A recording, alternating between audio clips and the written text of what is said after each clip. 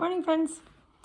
Today we're going to read Not Quite Narwhal by Jessie Sima, and it's a really colorful book about a narwhal and a unicorn. And some of us maybe have read this book already. I think we really enjoy it. So let's take a look at Not Quite Narwhal.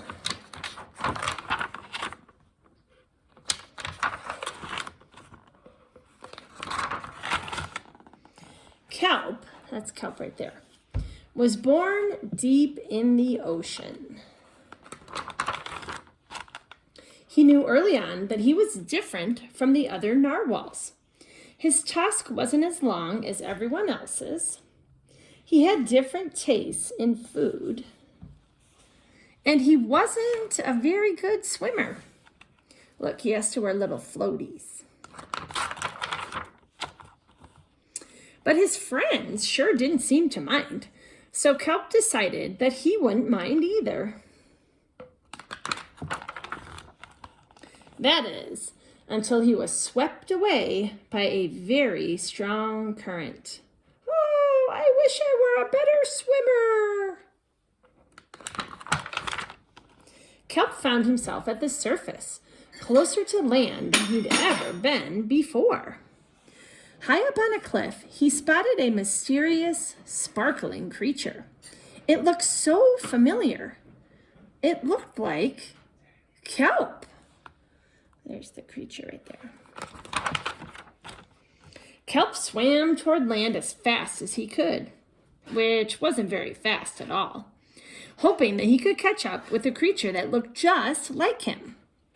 When he finally reached the shore, Kelp felt a little bit anxious. He had never left the ocean. He was nervous about walking for the first time, but the land creature sure made it look so easy.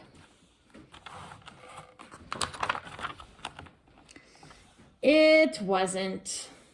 Oof. It wasn't. Ow.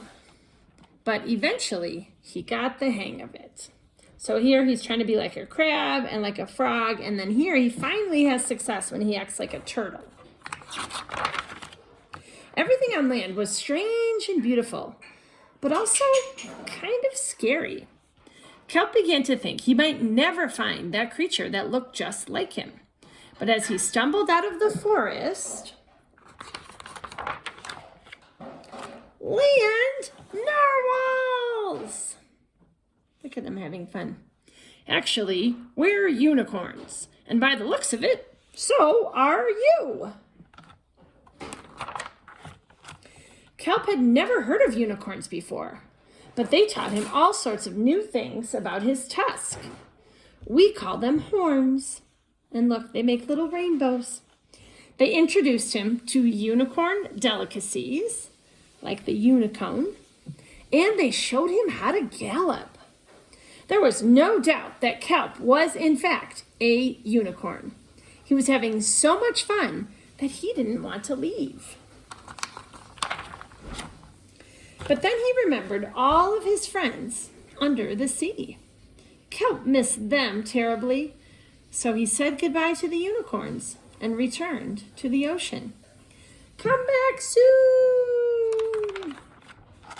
Kelp swam toward home as fast as he could, which wasn't very fast at all, hoping that the narwhals would still like him now that he wasn't a unicorn, or now that he was a unicorn. When he finally arrived, Kelp had butterflies in his stomach. Welcome home, Kelp! Kelp took a deep breath and told his friends the news. It turns out I'm not a narwhal. Well, of course you aren't. I'm a unicorn. Yeah, we all knew that. They took the news quite well. Kelp was happy to be home, but now that he'd experienced life on land with the unicorns, he couldn't seem to forget them. Did he want to be a land narwhal with the unicorns, or a sea unicorn with the narwhals? Kelp couldn't decide. But then he realized that maybe, just maybe, he didn't have to choose.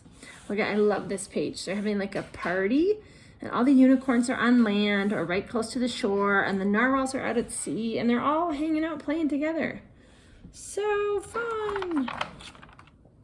And the last page, Kelp meets another animal, and he says, I'm a unicorn. And Kelp is like, because he doesn't want to have to tell him the news. You see what it is? It's a rhinoceros. The end. So that was not Quite Narwhal, friends. I think that's such a cute story. In that book, sometimes when I read it to kids, they're like, oh, narwhals, unicorns. And friends think that narwhals are made-up creatures like unicorns are, but they're actually real animals. So maybe today, if you have time, you could look up a narwhal online, and you could tell me something that you learn about narwhals. All right, can't wait to hear what you find out.